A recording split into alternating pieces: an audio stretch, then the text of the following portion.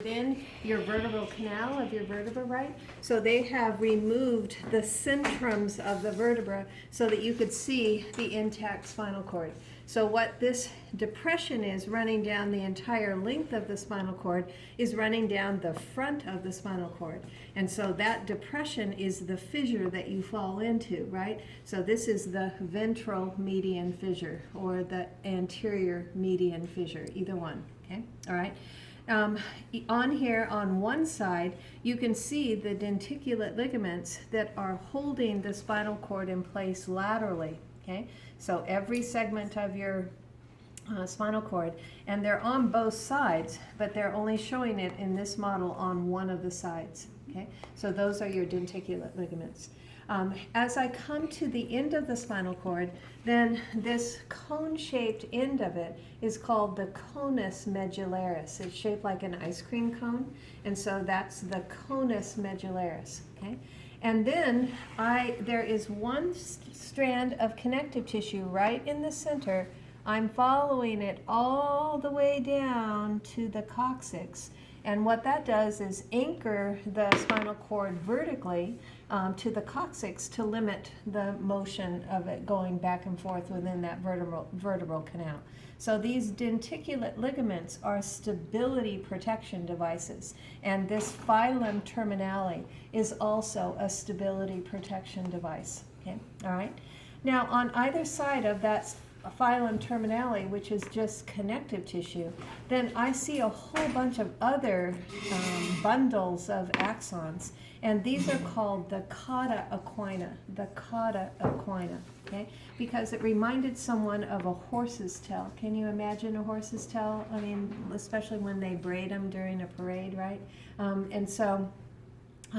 Cauda means tail, and equina refers to horse. So cauda equina is what all these other bundles of axons are. Okay? All right. Okay. So that's the easy part. So then the next part has to do with what you're looking at here is the cervical plexus. And I can see the cervical plexus on this side too. It's just an interweaving of those spinal nerves coming out through the ventral rami, coming out through those intervertebral foramina. Okay, right? And so you only have to know one nerve that comes off of the cervical plexus, and that's this nerve right here, which is the phrenic nerve. And what does it innervate? The diaphragm. So that's why we say C3, C4, C5 keeps the diaphragm alive.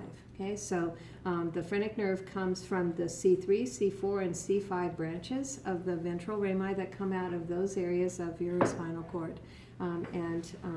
So that's your phrenic nerve, and eventually you have one on each side, and eventually it's going to go down to that dome-shaped diaphragm. Okay, all right. Rami of spinal nerves that make up your brachial plexus. Okay, and there are 5 nerves that you have to know. There are others, but there are 5 nerves that you have to know that come off of this brachial plexus. 3 of them come off anteriorly and go down the anterior side of the arm and forearm, and 3 come off posteriorly and eventually wrap around the humerus. Okay, so remembering them that way makes it easier for you to identify them on charts. Okay, so the 2 that wrap around the back side of the humerus are the axillary nerve, which comes around like so. Okay, and it's very important for you to know where that axillary nerve is, because when you give somebody a shot in their arm, you want to avoid it or it will hurt them a lot, right? So that axillary nerve innervates the deltoid muscle, and it also innervates teres minor, because you know teres minor extends from about the middle of your scapula all the way around the outside to insert on the greater tubercle of the humerus. So it's right there to innervate that teres minor as well. Okay. The second nerve that comes off of the back side of the humerus of the brachial plexus is the radial nerve. Okay, and so what's back here that it innervates? So the triceps. Triceps brachii, and then as it comes around, it comes at a diagonal around the back side of the humerus, and as it comes around, it innervates brachioradialis. And it also innervates extensor carpi radialis longus and extensor carpi radialis brevis. Okay? All right. Okay, so those are the two that come off the backside. I can't ask you that on here. This is just the brachial plexus. That's what you're gonna. That's just what you're gonna tell me when I put the tape on this. But on the charts, I can ask you those other nerves, and we'll practice them after this. Okay. All right.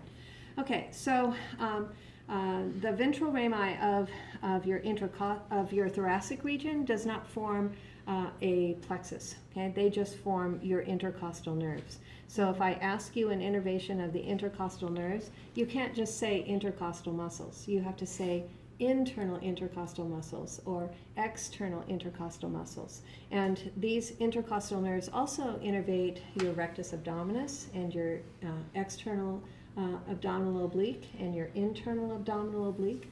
So these intercostal muscles also innervate those muscles of your abdomen. Okay, all right. And then once I get back into the lumbar region, then you can see this intermingling and braiding again. So this is my lumbar plexus right here. Okay, and you'll have to know a couple of nerves that come off that in the next unit. And then this is my sacral plexus. So over here, this is my sacral plexus. Okay, all right. So those are the different plexuses that you have to know. Okay. Now, in addition to that, I can see this bulge right here. So I know this is my pons, and I know then this region right here is my medulla oblongata, which is right underneath the pons, right? And so then I know that this region up here is my midbrain, right? Okay, so what are these? What are these two structures very specifically? The cerebral peduncles, okay? And that is where my corticospinal tracts are coming down from my precentral gyrus, right? On their way to the spinal cord, to the anterior great horn of the spinal cord. So those are my cerebral peduncles. And I know that's part of my midbrain, so what's this nerve right here that comes off of the front of the midbrain? It's even labeled.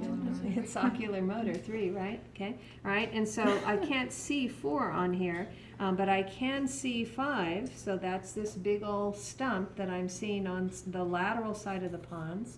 To see 6, I go to the base of the pons, more in the midline, and that's abducens 6. I'm going to slide over, and the very first one that I come to is 7, and on the other side of it is 8. Okay, and then I'm into my medulla oblongata. So here's 9, here's 10, here's 11, and then back to the midline for 12. So they're showing 12 up here. So that's fine. That works for me too. Okay, all right. All right, so that's your cranial nerves.